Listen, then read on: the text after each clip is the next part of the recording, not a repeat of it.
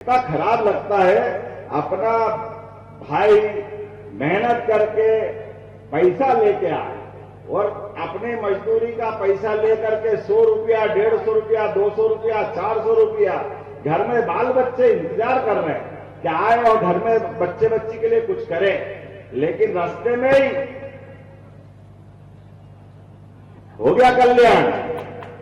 चाह पी लिया, किधर गया, कोई कपड़े किधर जा रहे हैं, हालत क्या हो रही, घर में क्या हालत हो रही, बच्चे बच्ची को लेके मां बिचारी इंतजार कर रही, पत्नी इंतजार कर रही कि हमारे बाल बच्चों का ध्यान देंगे। लेकिन दुर्भाग्य से ये शराब की बीमारी घर के घर बर्बाद करती है, बहुत खराब स्थिति बनती है। और ऐसे में यशस्वी प्रधानमंत्री के नेतृत्व में हमने यशस्वी माननीय नरोत्तम जी ने 2022 में यह पुरस्कार पाया और आज मुझे मालूम पड़ा कि नगर पालिका परिषद ने भी प्रस्ताव पारित किया। जोरदार अभिनंदन करो, जब पवित्र भाव से आप संकल्प करोगे तो देर हो सकती है, अंधेर नहीं हो सकता है। निश्चित रूप से माई की कृपा हुई और आपके उस प्रस्ताव के आधार पर हमारी सरकार बनी। हमने कहा जितने भी देवस्थान है, 17 देवस्थान है, 17 ही जगह एक साथ दारूबंदी करने के बाद इस निर्णय को लिया है कि वाकई ये शराब बहुत परिवार बिगाड़ती। और धार्मिक स्वरूप से तो हम शुरुआत करेंगे, धार्मिक शहरों में आकर के अगर पवित्र माहौल मिलता है, इससे अच्छी क्या बात हो। लेकिन इसके अलावा भी हमने निर्णय किए। हमको मालूम है हमारे इस प्रदेश की कृषि आधारित अर्थव्यवस्था है, तो कृषि के लिए हमने कहा कि हमने सरकार बनाने के पहले माननीय नरोत्तम मिश्रा जी भी उसमें थे, जब कहा था कि 2700 रुपये क्विंटल हम गेहूं देंगे, वो 5 साल की बात थी। लेकिन मुझे इस बात का आनंद है, माई की कृपा से 1.25 साल में ही हमने 2600 रुपये क्विंटल गेहूं खरीदना चालू कर दिए अपने अनाज की मंडी। हमारे विरोधियों को बताकर के कहा कि जो भाजपा कहती है वो करके दिखाती है, हमारे पास कोई डबल रोल नहीं, एक ही बात, जनता के हित के लिए संकल्प लिया और हम और आगे बढ़ रहे हैं।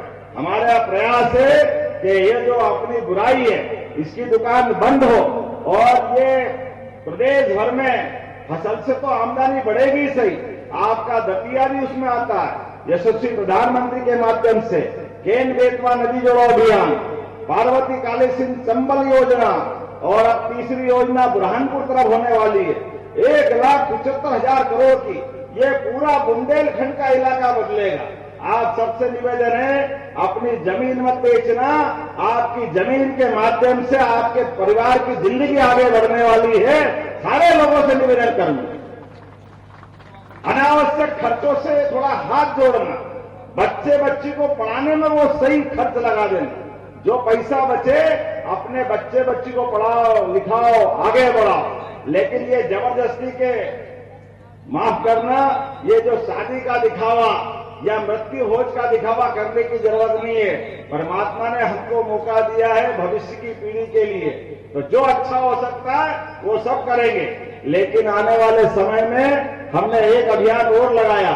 हमने अपने प्रदेश के अंदर सभी देवस्थानों पे जहां जहां भगवान राम की लीलाएं हुई, उन सारे स्थानों को भी श्री राम वनगमन पथ के माध्यम से चित्रकूट से लगा करके वो सारे देवस्थान अच्छे कर रहे हैं। साथ ही साथ भगवान गोपाल कृष्ण की भी ज्यादा लीला हुई, प्रत्येक स्थान को भी हम तीर्थ स्थान बनाने जा रहे हैं, उसका पैसा भी हमारे बजट में रखा है। बोलो गोपाल कृष्ण भगवान की। अगर आप ये वीडियो YouTube पर देख रहे हैं तो हमारे चैनल को सब्सक्राइब करें और बेल आइकन को दबाना ना भूलें। अगर आप Facebook पर ये वीडियो देख रहे हैं तो हमारे पेज को लाइक करें।